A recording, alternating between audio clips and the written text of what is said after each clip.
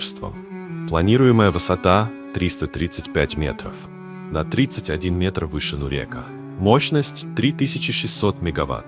Стоимость более 6 миллиардов долларов. Для страны с ВВП в 10 миллиардов это амбициозно. Почему Рогун? Яблоко раздора. В 2010 году президент Эмомали Рахмон лично заложил в основание плотины капсулу с посланием потомкам, но Узбекистан, опасаясь сокращения стока воды для хлопковых полей, назвал проект угрозой региону. Спор длился десятилетия, пока в 2016 году Всемирный банк не подтвердил: Рогун безопасен. Интересный факт: Таджикистан выпустил народные облигации. Даже школьники покупали акции, веря, что Рогун станет их вкладом в независимость страны. Другие современные проекты: мосты между эпохами. Тоннель Истиклол открыт в 2006 году. Протяженность 5 километров 300